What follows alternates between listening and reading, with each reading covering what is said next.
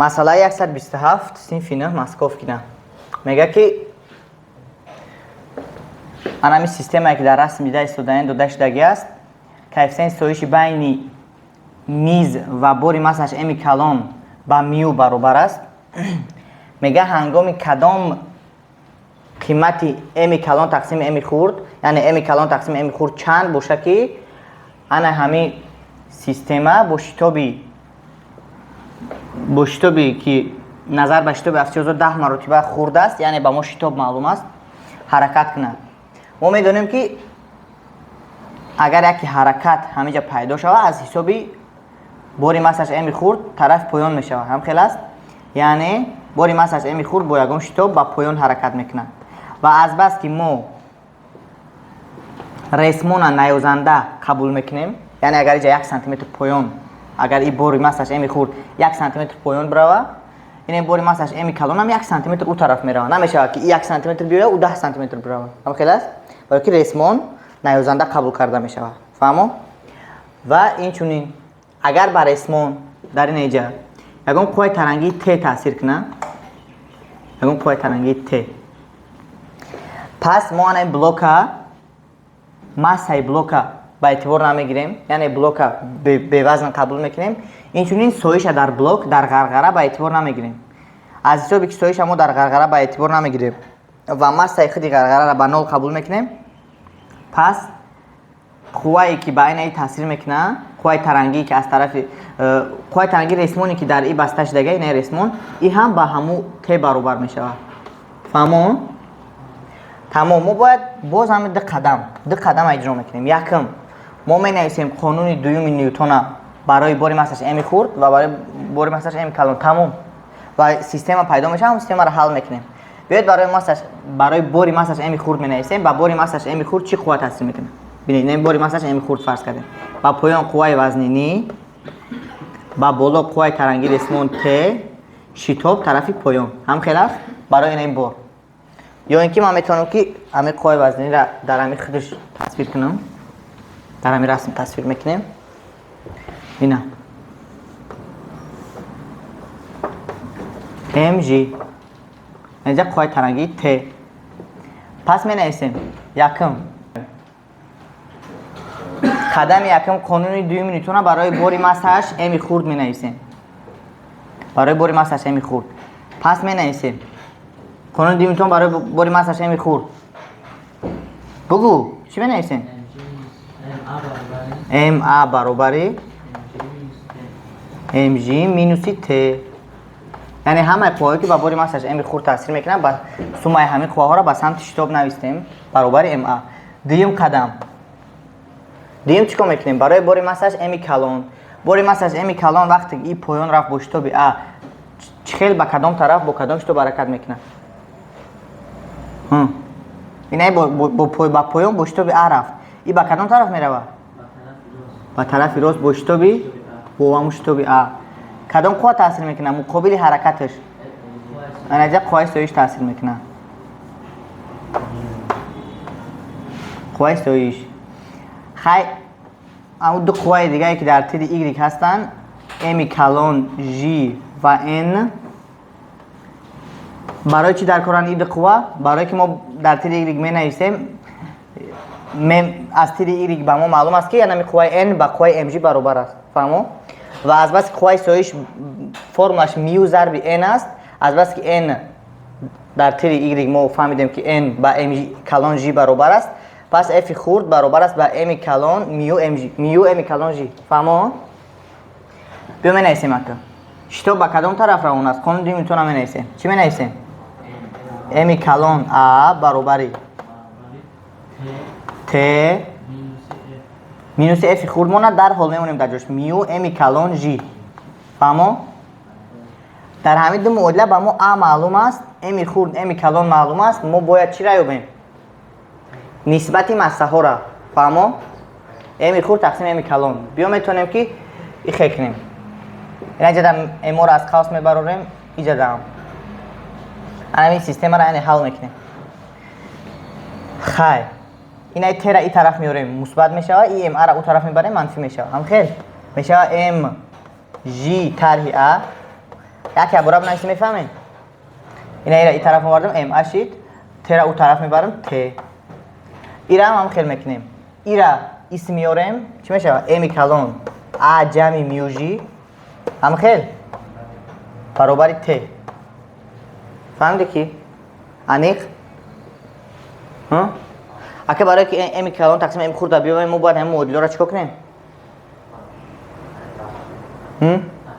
تقسیم کنیم. برای ما تقسیم میکنیم. ایرا باید تقسیم میکنیم چی میشه؟ ام تقسیم ام معادل نمینویسیم. ا پلوسی میو جی تقسیم چی؟ جی مینوسی ا هم خیلی این میره با او تقسیم کردم برابر یک. فهمو؟ ت تقسیم ت یک. ام تقسیم ام بی و ام چی میشه؟ همین کسی که قطعی شای او طرف میره و چپا میشه و چپا نایسته میشه. ام تقسیم ام برابری جی طرح ا تقسیمی. فهمو؟ اگه قیمت های عددی را میگذاریم m تقسیم m برابر است به این 10 مراتب خورده است چه به افتیازار یعنی تقریبا با 1 متر تقسیم ثانیه برابر است. این 10 میگیریم تقریبا این را 10 طرح 1 9 میو چنده؟ 0 از 10 قطعی 2 میشه چنده؟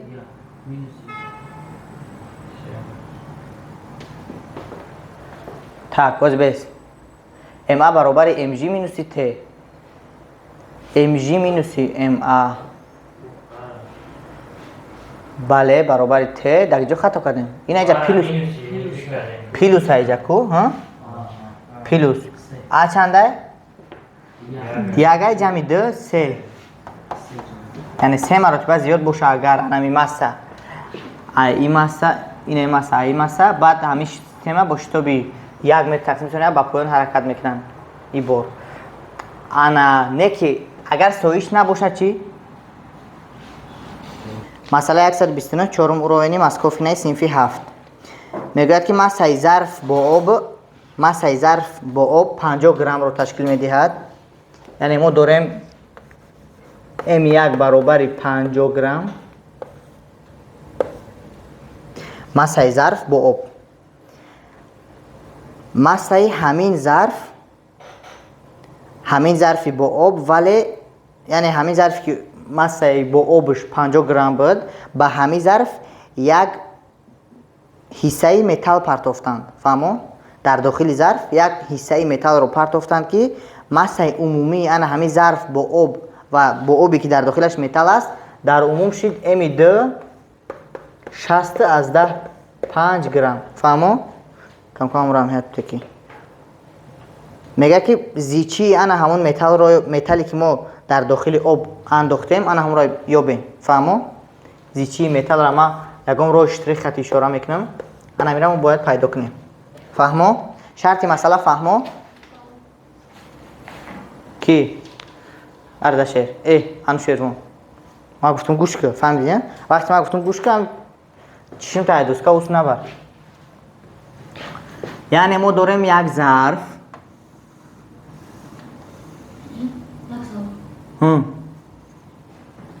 اینجا نشته که متال مسای 12 گرم نشته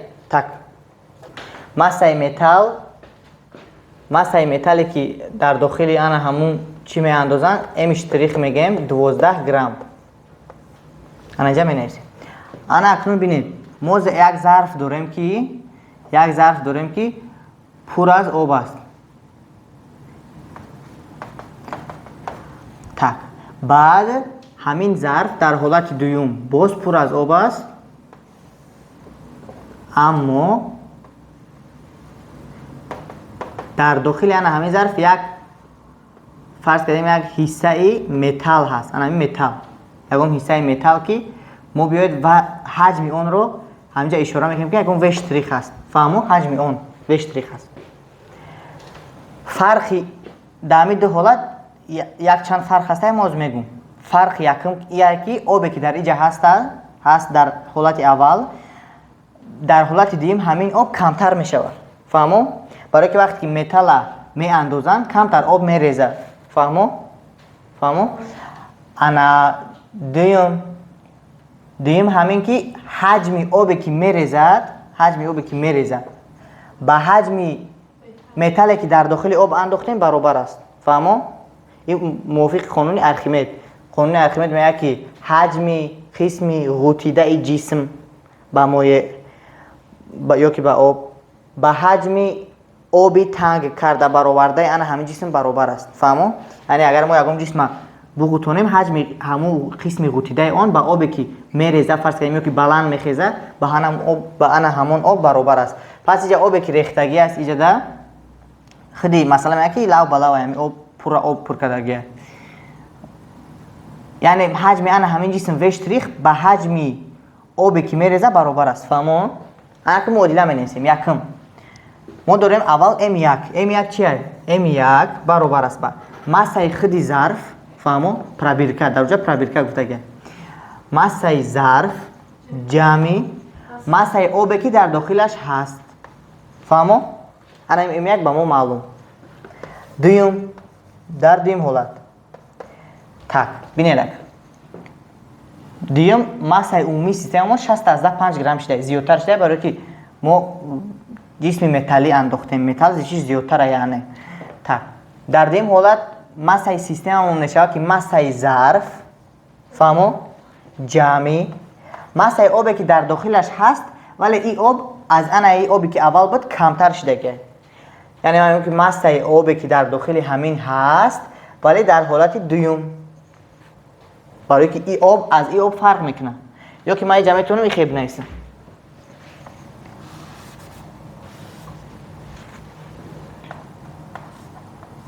امی نولی ده فهمو؟ امی آب در دیم حالت فهمو؟ مسای آبی که در داخلش هست جمعی با مسای انا همین متال که ما آن را با ام اشتریک اشاره کردیم انا درجه 12 گرم نیستیم. فهمو؟ خیلی فهمو. انا گپ در سر انا همین میرود مسای آبی که در دیم حالت موند اینجا می نیستیم مسای آبی که در حالت دوم در ظرف میموند این برابر است و مسای آبی که در اول بود طرحی مسای آبی ریختگی. فهمو؟ بیا باید چی بگیم مسای آبی یکم شتریخ میگیم مسای آبی ریختگی را. فهمو؟ مسای آبی ریختگی چیه؟ مسای آبی ریختگی یعنی امی آبی شتریخ مسای آبی ریختگی این زیچی آب ضربی حجم آبی ریختگی نه که ما گفتیم که حجم آبی ریختگی به حجم جسم وشتریخ برابر است. پس انجام من میگم که وشتریخ است. فهمو؟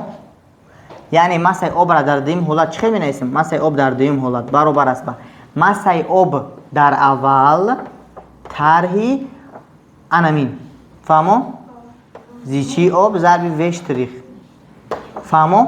وشتریخ حجم آب ریختگی است یا اینکه وشتریخ حجم خود جسمی که ما متالی که در داخل آب پرتافتیم. فهمو؟ از طرف دیگر وشتریخ با واسطه ای ما گفتیم که وشتریخ از یک طرف حجم آب ریختگی است از یک طرف حجم جسم حجم متال برای هم می نویسیم وشتریخ برابر است با حجم برابر است با چی؟ از فرم از چی حجم برابر است؟ ام تقسیم رو حجمی متالی ما برابر است با مسای متال انا ام شتریخ تقسیم زیچی متال که خودی انا همه زیچی متال رو ما باید پیدا کنیم. فهمیدین نه؟ دیدین برای که ما زیچی متال پیدا کنیم ما باید در مسئله همین را وارد کنیم. فهمو؟ در مسئله واردش نکنیم چه پیدا میکنیم باید؟ فهمیدین؟ انا که وارد میکنیم در مسئله. پس یک بار دیگه ما همین را مینویسیم از این ایجا ما ایرا درجه گذاشتم حاصل کردم. انا که باز ایرا درجه میگذارم با حاصل میکنم مسای آب در دوم حالت برابر است با مسای آب در اول طرحی زیچی آب ضربی وشتریخ من از طرف دیگر چی است؟ ام شتریخ تقسیم رو شتریخ. فهمو؟ تمام در این معادله میمونیم. می نویسیم یک بار دیگر همین معادله را می نویسیم. بین ما همین معادله را دوم وایش هم می نویسیم. دوم معادله را می نویسیم. امی دو برابر است با مسای ظرف جمعی مسای آب در دوم حالت این چیه؟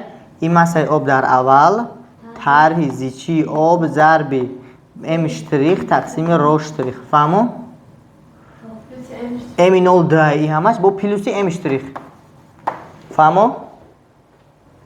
انا اگه بینید ما چه معادله یکم انا نیستم برای که خودی معادله یکم انا ایجاده سبب استفاده بریش پیدا شد.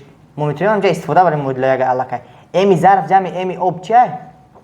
این امی یکه. فهمو؟ که با ما دو دگه. پس می نویسیم امی دو برابر است با ای از ما در ما امی یک است. طرحی بیاید اکی جدا از بس که ما معادلمون مسحو قطی رفته است. فهمو؟ این اجازه زیچی ها را نسبت زیچی ها را می نویسم. یعنی ایره در مخرج روی نول می نویسم. یعنی روی نول تقسیم روی اشتریخ ام اشتریخ اینجا واحد زیچی ها می رود. یعنی همیجا هم همین اعضا گویا که مسره یعنی واحد همین اعضا هم کیلوگرم کیلوگرم همش کیلوگرم قط میشه. جمع ام اشتریخ. فهمو؟ این انو معلومه ما رو اشتریخ در آن همیجا ہے. آن می رو اشتریخ هم باید پیدا کنیم. قیمت های همه یا را میمونیم. میتونه که فرم نقطی بریم یا که بین خیلی فرم نقطی میریم یا اینکه میتونیم علاقه قیمت ها را گذاشته پیدا کنیم. بینید که نامعلوم ما در کجا است؟ در همین جای در همین اعضا این رو اشتریخ. نامعلوم ما در اعضای هسته که همین اعضا منفی است. برای یافتنش بیا همین نامعلوم این طرف میاریم. مثبت میشه. می نویسیم روی نول تقسیم روی اشتریخ ام اشتریخ یعنی همه اعضا را پورا اسم آوردیم برابری در این طرف چی موند؟ ام یک موند جمع ام اشتریخ موند. انا ام دو این طرف ده بود او طرف بردیمش طرح ام دو شد. فهمو؟ اگه روی اشتریخ دیدین که در مخرج است. در مخرج که باشه دایتون بگیرین که همه وقتی یکم نامعلوم در مخرج است خودش توقع باشه. خودش توقع هم نباشه قطعی یکم بزرگی دیگه هم ضرب شسته باشه همون نامعلومه فقط با او طرفی برابری جای عوض میکنین. تمام. فهمیدین؟ یعنی رو اشتریخ برابر است با روی نول قطعی ام اشتریخ در بالا بود.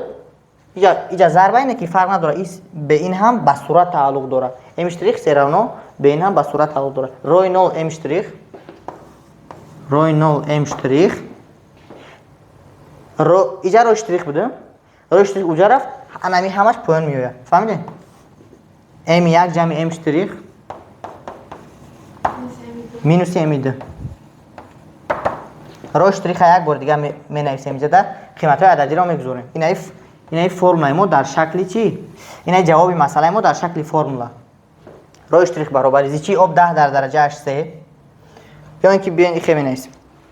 انا اینجا برای فرمول کانتر نمودی خوب بگیرین اینجا ضربی روی نول می نویسیم.